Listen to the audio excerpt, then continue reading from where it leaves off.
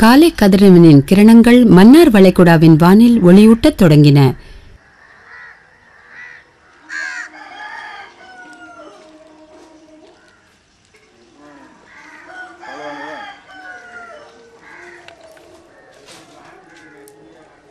லக்ஷ்மிக்கு விடிகாலை என்றாலே சுறுசுறுப்பான நேரம். சமையல் வேலைகளையும் வீட்டு வேலைகளையும் முடிப்பதற்கான நேரம். கூந்தலை பின்னிக்கொள்ள சில மணி துணிகளே இருந்த நிலையில் அவள் தனது பை, முகமூடி, வலை போன்றவற்றை எடுத்துக்கொண்டு ஒருவித நடுக்கத்துடன் அவசரமாக வெளியே கிளம்புகிறாள். தலை தொடை லேஞ்சி கொண்டு போவோம், எல்லாமே கொண்டுட்டு போய் வேகமாக ஓடுவோம். நாங்கள் 10 பேர் போகும்போது நம்மளை விட்டுட்டு போயிடுவாங்களோ என்னமோ அப்படின்னு சொல்லிட்டு வேகமாக போவோம். இன்று காலை அவள் நல்ல நேரத்தில் கிளம்பிவிட்டாள். பாரதி நகர் கிராமத்து பெண்கள் பலர் தங்களது வீட்டிலிருந்து வெளியே வந்து கடல் நோக்கி நடக்கிறார்கள்.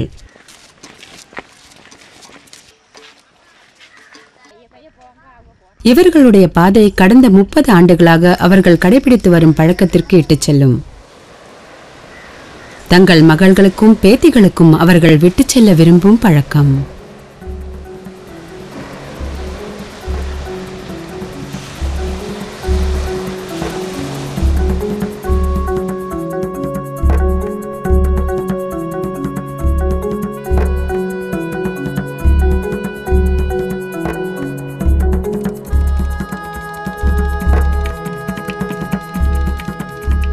அவர்களுடைய உபகரணங்கள் மிக குறைவு.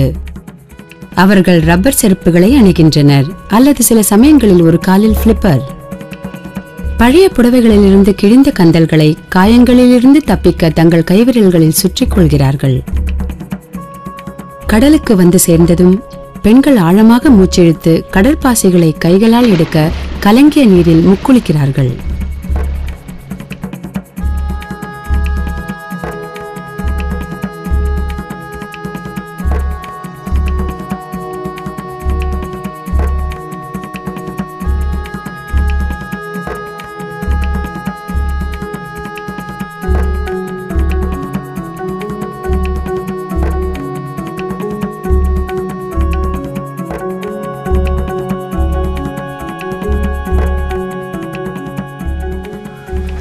அப்படி படவுனது மறுபடியும் யாரும் படுத்துலாம் தெரியல. நாங்களா கூட்டி போய் பறவையில் விடுவாங்க, இவ்வளோ தண்ணிக்கு விடுவாங்க, அவ்வளோ தண்ணிக்கிலே அக்கணும். அதுக்கு பின்னாடி தான் நீஞ்சி போல முடியும்.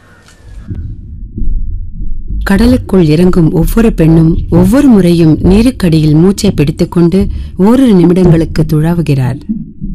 இங்கு இந்த கலங்கிய பச்சை குகைதான் அவர்களது உலகம். பாறைகள், மடிந்த பவழங்கள், கற்கள், பளிங்கு கற்கள் ஆகியன இங்கு கடற்பாசியால் உயிரூட்டம் பெறுகின்றன. முக்குளிக்கும் பெண்கள் முக்கியமாக 2 இனங்களை தேடுகிறார்கள், சர்காசம் மற்றும் ஜெலிடிலியா. அவர்களுடைய கால்களையும் கைகளையும் பதம் பார்க்கும் உயிருள்ள பவழங்களை தவிர்த்து விடுகிறார்கள். அது தெரிஞ்சவங்க கூட்டிகிட்டு போவாங்க. கூட்டிகிட்டு போய் நாங்கள் பதறிக்கிட்டு தான் இறங்குவோம். ரொம்ப பயமாக இருக்கும், ரொம்ப பயமாக இருக்கும். இறங்குவோம். அப்போலாம் நாங்கள் ஓடி போனது முக்குளிச்சுலாம் எடுக்க முடியாது எங்களால். சும்மா முக்குளிச்சு எடுக்க முடியாத அளவுக்கு இது பண்ணிட்டு எடுப்போம். அப்படி கொஞ்சம் கொஞ்சமாக பழகினோம். கொஞ்சம் கொஞ்சமாக பழகிட்டோம். இப்போ நல்லா கடை குளிக்க பழகிட்டோம். 7 மணி முதல் 11 மணி வரையிலான பெரும்பாலான காலை பொழுதுகளை அவர்கள் நீருக்கடியில் கழிக்கிறார்கள். முதுகில் பாரத்தை சுமந்து முன்னால் குனிந்தபடி தேடிக்கொண்டிருக்கும் அவர்களுடைய பணி ஒரு மௌனமான உலகம். தீவுகளுக்கு அருகில் உள்ள கடல்சார் வாழ்விடங்கள் கடற்பாசிகளின் பரவலான பரப்புகளுக்கு ஆதரவாக இருக்கின்றன.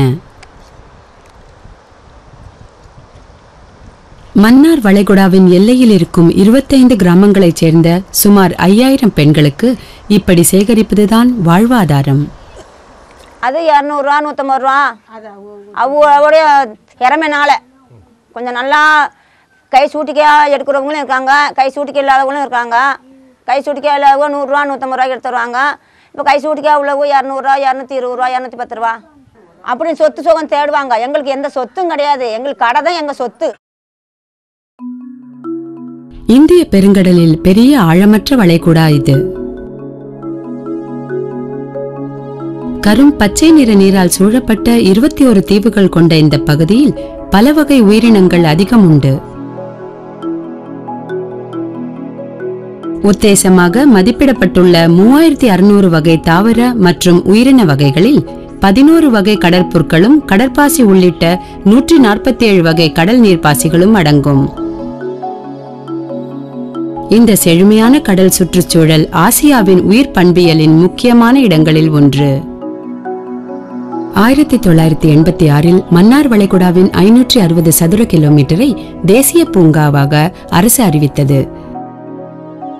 1989 யுனெஸ்கோவின் மனிதன் மற்றும் உயிர்ச்சூழல் திட்டத்தின் கீழ் உயிர்ச்சூழல் பாதுகாப்பிடமாக 10,500 சதுர கிலோமீட்டர் பரப்பு அறிவிக்கப்பட்டது. 21 தீவுகளை சுற்றியுள்ள பவழப்பாறைகளை பாதுகாக்க 1972 ஆண்டு வனவாழ்வு பாதுகாப்பு சட்டத்தின் கீழ் இந்த தேசிய பூங்கா அறிவிக்கப்பட்டது. இந்த சட்டத்தின் கீழ் தேசிய பூங்காவில் இருந்து வளத்தை எடுப்பது தடை செய்யப்பட்டுள்ளது. மன்னார் வளைகுடாவை தேசிய பூங்காவாக நாங்கள் அறிவித்த போது அது உலகின் இந்த பகுதியில் உள்ள தனித்தன்மை மிக்க ஒரு சொத்து என்பதை நாங்கள் உணர்ந்தோம். இந்த சொத்தை நாம் பாதுகாக்க வேண்டும். 2000வது ஆண்டு முதல் கடற்பாசி சேகரிப்போர் உள்ளிட்ட கடல் வளத்தை பயன்படுத்துவோர் மீது தமிழக அரசு தனது பார்வையை திருப்பியுள்ளது. தொடர்ந்து ஆளாகிறார்கள். எந்த வடிவத்திலும் பொருட்களை எடுப்பது சட்டவிரோதமானது என்பதால் இந்த பெண்கள் வனத்துறை அதிகாரிகளின் தொந்தரவுக்கு தொடர்ந்து ஆளாகிறார்கள். கடற்பாசியையும் அவை வளரக்கூடிய இயற்கை சூழலையும் பார்க்கும்போது தேசிய பூங்காக்கள் அப்படி வரையறுக்கப்பட வேண்டியதன் தேவை இருக்கிறது. இந்த வளம் சுரண்டப்படுவதை முறைப்படுத்த வேண்டி இருக்கிறது. சுரண்டலையும் பாதுகாப்பையும் எதிரெதிர் நிலையில் வைத்து ஒரு சமநிலையை உருவாக்க வேண்டும். 2006 டிசம்பரில் கடற்பாசி சேகரிப்போருக்கும் சம்பந்தப்பட்ட மற்றவர்களுக்குமான ஒரு கூட்டத்தை மன்னார் வளைகுடா உயிர்ச்சூழல் பாதுகாப்பு டிரஸ்ட் ஒருங்கிணைத்தது. அரசு, தனியார் தொழில் முனைவோர் மற்றும் உள்ளூர் சமுதாயத்தினருக்கிடையே ஒரு உரையாடலை ஏற்படுத்துவதற்காக இந்த டிரஸ்ட் உருவாக்கப்பட்டது. இந்த 2006 ஆண்டு கூட்டத்திற்கு பிறகு கடற்பாசியை சேகரிக்க உலோக பாசி சுரண்டிகளை பயன்படுத்துவதை தடை செய்ய இந்த குழுக்கள் ஒப்புக்கொண்டன. கடற்பாசிகளின் ஆதாரங்களை கணக்கில் கொண்டு மாதத்திற்கு 12 நாட்கள் மட்டும் அவற்றை சேகரிப்பது என்று கிராம பெண்கள் முடிவு செய்தார்கள். கடற்பாசிக்கு நியாயமான விலையை நிர்ணயிக்குமாறு வர்த்தகர்கள் கேட்டுக்கொள்ளப்பட்டார்கள். மார்ச் முதல் மே மாதம் வரை எல்லா விதமான சேகரிப்புகளுக்கும் தடை விதிக்கப்பட்டது. வனத்துறையின் நடவடிக்கைகளிலிருந்து தப்பிக்க தங்கள் சேகரிப்பு செயல்களை குறைத்துக் கொள்ள பெண்கள் ஒப்புக்கொண்டார்கள். இருந்தாலும் கடற்பாசி சேகரிப்போர் தொடர்ந்து தொல்லைகளுக்கு ஆளாகி கொண்டுதான் இருக்கிறார்கள். தேசிய பூங்காவாக அறிவிக்கப்பட்ட பகுதியில் பெண்கள் கடற்பாசியை சேகரிப்பதாக வனத்துறை கூறுகிறது. ஆனால் தேசிய பூங்காவின் எல்லை வரம்பு எதுவென்று வரையறுக்கப்படவில்லை. ஆவண அளவில் மட்டுமே அது உள்ளது. மைய பகுதிகளை வரையறுக்க மிதவைகளின் உதவியோடு அரசு எடுத்த முயற்சிகளை உள்ளூர் சமூகங்கள் கடுமையாக எதிர்த்தன. இந்த பகுதியை தேசிய பூங்காவாக அறிவிப்பதற்கு முன்பாக தங்களை கலந்து ஆலோசிக்கவில்லை என்றும் தங்கள் வாழ்வாதாரத்தை கடுமையாக பாதிக்கக்கூடிய நிர்வாக முடிவுகளுக்கு ஆதரவளிக்குமாறு தங்களிடம் எதிர்பார்க்க கூடாது என்றும் அவர்கள் சொல்கிறார்கள். கடற்பாசி சேகரிக்கும் பெரும்பாலான பகுதி இந்த மைய பகுதிக்குள் தான் வருகிறது. இது ஒன்றுதே தீர்வை தவிர அரசாங்கத்தால் சொல்லி மீனவர்கள் சொல்லி அரசாங்கம் இது சட்டத்திட்டங்களை செயல்படுத்தக்கூடிய அரசாங்கமாகவே இல்லை. இது போன்ற களத்தின் உண்மை நிலைகள் கருத்தில் கொள்ளப்படவில்லை. இந்த பெண் முக்குளிப்போரின் தொழில் இப்போது விளிம்பு நிலைக்கு கொண்டுவரப்பட்டுள்ளதால் இது அவர்கள் வாழ்வாதாரத்தை முற்றிலுமாக மாற்றக்கூடும். வனவாழ்வு பாதுகாப்பு சட்டத்தின்படி பவழங்கள் அல்லது 560 சதுர கிலோமீட்டர் பரப்பளவில் தேசிய பூங்காவின் பவழங்களை மற்றும் தீவுகளை சுற்றியுள்ள பவழங்கள் மற்றும் பிற உயிரினங்களின் வாழ்விடங்களை சேதப்படுத்தக்கூடாது என்பது கட்டாயம். அவங்க பவளப்பாறை உடைக்கிறியே, பவளப்பாறை சேதமாகுது அப்படின்னு சொல்றாங்க. இந்த பாசி பவளப்பாறையில் முளைக்காது. பவளப்பாறையில் முளைக்காது, சுண்ணாம்பு பாறையில் தான் முளைக்கும்.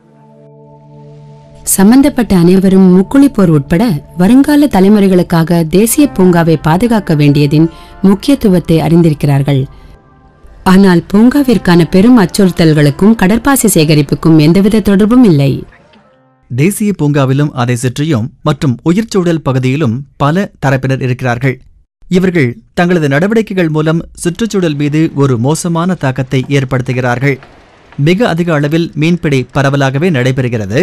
பெரிய படகுகள் கடல் சூழலை மாசுபடுத்தும் தூர்வார்தல் மூலம் கெடுக்கும் பல்வேறு கடலோர திட்டங்கள் சுற்றுச்சூழலை சேதப்படுத்துகின்றன. இதுபோன்ற மாபெரும் தாக்கங்கள் மன்னார் வளைகுடா சுற்றுச்சூழல் முறையை பாதித்திருக்கின்றன. அதோடு இயற்கை அம்சங்களும் இதற்கு பங்களித்துள்ளன. உதாரணமாக 1998 எல் நினோ கடல் தட்பவெப்பம் திடீரென உயர்வதற்கு காரணமாகி பல பவழ இனங்களை அழித்திருக்கிறது. ஆனாலும் ஒப்பீட்டளவில் நிலைநிறுத்தத்தக்க மீன்பிடிப்பு சமூகத்தினரில் மிகவும் ஏழைகளால் மட்டுமே மேற்கொள்ளப்படும் கடற்பாசி சேகரிப்பை தடுப்பதில் மட்டுமே வனத்துறை கவனம் செலுத்தி வருவதாக தோன்றுகிறது.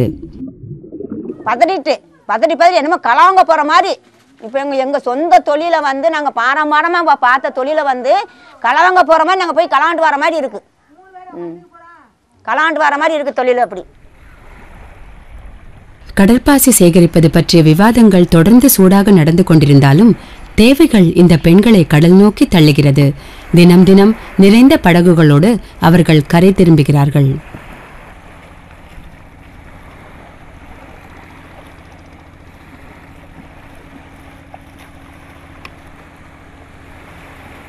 கிட்டத்தட்ட எனக்கு வந்து எங்களோட தொழிலை எடுத்துக்கிட்டீங்கன்னா ஒரு 35 வருஷம் 40 வருஷமாக இந்த தொழிலை நாங்கள் வந்து வியாபாரம் பண்ணிகிட்ருக்கோம். 100 ரூபா இந்த மாதிரி நேரத்தில் அந்த நேரத்தில் அந்த ரேட்டு கொடுத்தாங்க. இந்த ஜெல்டியை வந்து காஞ்சி உணர்த்தி எடுத்த பின்னாடி அந்த பாசி வந்து 3 ரூபா 4 ரூபாய்க்கு கொடுப்பாங்க. அதுக்கு ஒரு 2 லேபர்ஸ் வச்சு அதை பேக்கிங் பண்ணி நாங்கள் நேரடியாக கம்பெனி, இப்போ நான் வந்து 4 கம்பெனிக்கு சரக்கு கொடுக்குறோம். ராணிப்பேட்டை ஒன்று, ரெண்டாவது வந்து ராணிப்பேட்டை வந்து சர்க்காசம் மட்டும் வாங்க, இந்த கட்டக்குறை வாங்குவாங்க. ஜெல்டியை வந்து மதுரைக்கில் வந்து கேபிஎஸ் சொல்லி ஒரு கம்பெனி, அப்புறம் வந்து இந்த நிலக்கோட்டையில் ஒரு கம்பெனி, கோயம்புத்தூர் கம்பெனி. இவ்வாறு சேகரிக்கப்பட்ட கடற்பாசிகள் உள்ளூர் தொழிற்சாலையில் பதப்படுத்தப்படுகின்றன. பிறகு நிறுவனங்களுக்கு விற்கப்படுகின்றன. இந்தியாவில் மிக அதிகமாக கடற்பாசி வாங்கும் நிறுவனங்களில் நெஸ்லே, கோக் மற்றும் ஹிமாலயா அடக்கம். கிட்டத்தட்ட 5000-7000 டன்கள் கடற்பாசி ஆண்டுதோறும் சேகரிக்கப்படுகிறது. கடற்பாசிக்கான தேவை தொடர்ந்து அதிகரித்துக் கொண்டே வருகிறது.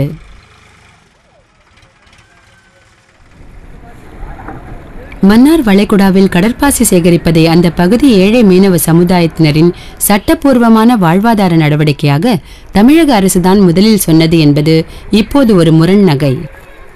இன்று கடற்பாசி சேகரிப்போருக்கும் மீன்பிடி சமூகத்திற்கும் மாற்று வேலைவாய்ப்புகளை அரசு அறிவுறுத்தி வருகிறது. மகளிருக்கு அதிகாரமளிக்கும் நடவடிக்கையாக நாங்கள் இதுவரை சுமார் 7,23,00,000 ரூபாயை சேமநல நிதியமாக அளித்திருக்கிறோம்.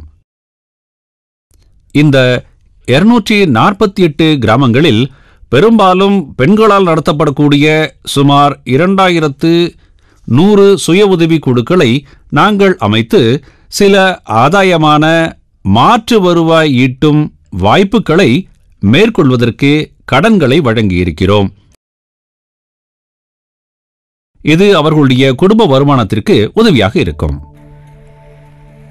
ட்ரஸ்ட் முன்வைத்த மாற்று வேலைவாய்ப்புகள் பொருளாதார ரீதியாக அதிக சாத்தியங்களை கொண்டவை அல்ல. சிறந்த சந்தை வாய்ப்புகளையுடைய தெரிவுகளை அளிக்குமாறு மீன் தொழிலாளர் சங்கம் கோரி வருகிறது. இதெல்லாம் சும்மா சொல்லிக்கலாம், நண்டு வளர்க்கலாம் சொல்லலாம். எவ்வளவு நண்டு வளர்க்க முடியும், எவ்வளவு அதை இது கேட்ச் பண்ண முடியும்னு அதுக்கு ஒரு கணக்கு இல்லை. இந்த சிப்பி வளர்க்கணும்னு சொல்லி நாங்களாம் ட்ரைனிங் போனோம். அவங்க கேட்டால் சிப்பி வளர்க்கலாம், ஆனால் அது எவ்வளோ வருமானம் கொடுக்குறது எங்களுக்கு சொல்ல முடியாதுன்னு சொல்கிறாங்க. அப்படி வருமானம் எவ்வளவுன்னு சொல்ல முடியாத ஒரு மாற்று தொழிலை நாங்கள் எப்படி நம்பி நாங்கள் மீனம் கைவிடுறது இருக்கக்கூடிய தொழிலை? அதான் எங்களுடைய கேள்வி. மாற்று வேலைவாய்ப்பு என்கிற இந்த ஒட்டுமொத்த கருத்தாக்கமும் மக்களை வெளியே தூக்கி எறிந்துவிட்டு சுற்றுச்சூழலை பாதுகாப்பது என்கிற அடிப்படை கருத்தை ஆதாரமாக கொண்டுள்ளது. மன்னார் வளைகுடாவை சார்ந்து 50,000 பேர் இருக்கிறார்கள் என்று சொன்னால் அதை நாம் 10,000, 20,000 குறைக்க வேண்டும். இதனால் வளங்களின் மறு உருவாக்கம் சிறப்பாக இருக்கும். அதனை நம்பியிருப்பவர்களும் நல்ல வருவாய் ஈட்ட முடியும். இதை ஒரு தலைமுறை காலத்தில்தான் செய்ய முடியும். வள பாதுகாப்பு என்ற பெயரில் ஒரே இரவில் செய்ய முடியாது. மக்கள் மீன்பிடிப்பதை நிறுத்த மாட்டார்கள். கடற்பாசிகளின் சந்தை மதிப்பு தொடர்ந்து சேகரிப்பதை தூண்டுகிறது. வனத்துறை அந்த இடத்தில் தொடர்ந்து ரோந்து மேற்கொண்டு பெண் முக்குளிப்போரை தடுத்து நிறுத்துகிறது. கடற்பாசி சேகரிப்போரை குறிவைத்து தாக்குவதற்கு பதில் கடல் தேசிய பூங்கா சுற்றுச்சூழல் அமைப்பு முறை மீது அவர்களின் தாக்கத்தை அவர்களே ஈடுபடுத்தி மதிப்பீடு செய்ய வேண்டும். பூங்காவை நிர்வகிப்பதில் அவர்களையும் பங்கேற்கச் செய்ய வேண்டும். தற்போது இந்த தருணத்தில் உண்மையிலேயே எங்களிடம் இந்த இனங்களை பயன்படுத்தும் அளவுக்கு தவறு ஏற்பட வாய்ப்பு இல்லாத வழிமுறை ஒன்றுமே இல்லை. எனவே நாங்கள் மிகவும் எச்சரிக்கையாக, விஞ்ஞானபூர்வமாக மற்றும் இப்போது நாங்கள் பெற்றிருக்கும் அறிவின் அடிப்படையில் மிகவும் கவனமாக செயல்பட வேண்டும். அதன் பிறகு செய்ய வேண்டும். ஒரு ஆணையின் மூலமாக யாரும் கடலுக்கு போகக்கூடாதுன்னு சொல்லிவிட முடியாது. இதுவே மீன்வளத்துறையின் கருத்து. காட்டுவாசிகளைப் போல மீனவ சமூகத்துக்கும் அவர்களுக்கு உரிமையான பகுதிகளுக்குள்ள செல்ல உரிமை உண்டு. ஆனா அவங்க இயற்கையோடு இணைந்து செயல்பட வேண்டும்.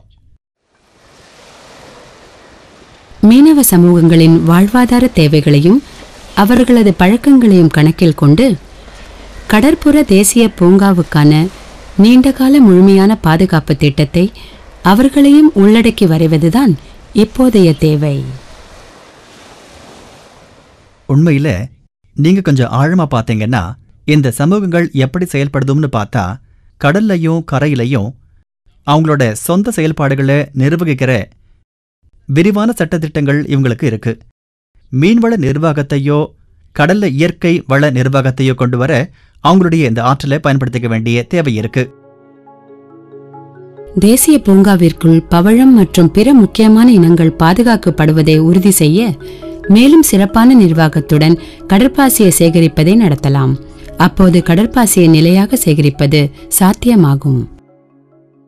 பவழங்கள் பாதிக்கப்படாத வகையில் அவர்கள் கடற்பாசியை சேகரிக்க வேண்டும். அவர்கள் இதற்கு ஒப்புக்கொண்டா பாதுகாப்பானதாக இருக்கக்கூடிய பகுதிகளில் குறிப்பிட்ட பகுதிகளை ஒதுக்கலாம். ஆனால் இதை பரஸ்பர ஒப்புதலோடு செய்ய வேண்டுமே தவிர அவங்கள கட்டாயப்படுத்தக்கூடாது. மன்னார் வளைகுடா சுற்றுச்சூழல் முறையை பாதுகாக்க வேண்டும் என்பதில் விவாதம் ஏதுமில்லை.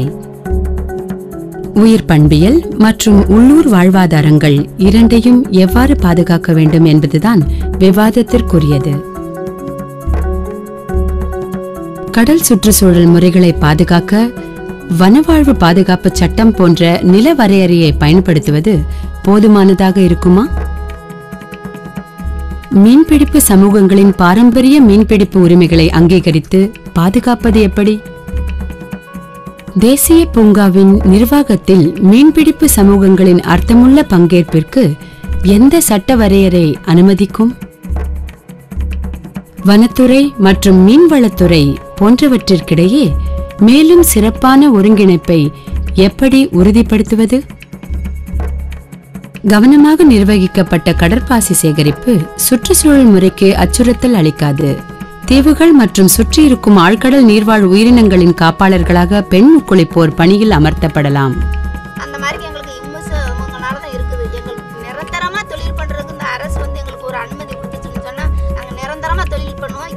இந்த தொழிலை விட்டா எங்களுக்கு வேற தொழிலே எங்களுக்கு தெரியாது. எங்க வாழ்க்கையே தீவுதான், எங்க வாழ்க்கையே பாருதேன் அப்படின்னு நாங்க முடிவு பண்ணிட்டு கடலுக்கு தான் நாங்க போறோம். அடிச்சாலும் சரி கடலுக்கு தான் போவோம். இனிமே எங்களுக்கு எப்படி இருந்தாலும் சரி நாங்க கடலுக்கு தான் போவோம். இவர்களுடைய பணி மூலம் உள்ளூர் பொருளாதாரத்தை ஊக்குவிப்பதோடு அல்லாமல் சுற்றுச்சூழலையும் பாதுகாக்கலாம். அதோடு வருங்காலம் அவர்கள் கையில் இருக்கிறது என்றும் உறுதியளிக்கலாம். பாதுகாப்பா இருக்குன்னு சொன்னா நாங்கள் போறோம்ல, நாங்கள் போகையிலேயே யாரு அங்கிட்டு போனேன்னு சொன்னா போவாதீங்க, பாரு உடஞ்சு போவோம் அப்படின்னு சொல்லி இந்த பக்கமா வாங்க போவோம் சொல்லி நாங்க எல்லாருமே இந்த பக்கமா போயிடுவோம். அந்த பாரு இருக்கிற பக்கம் போக மாட்டோம்.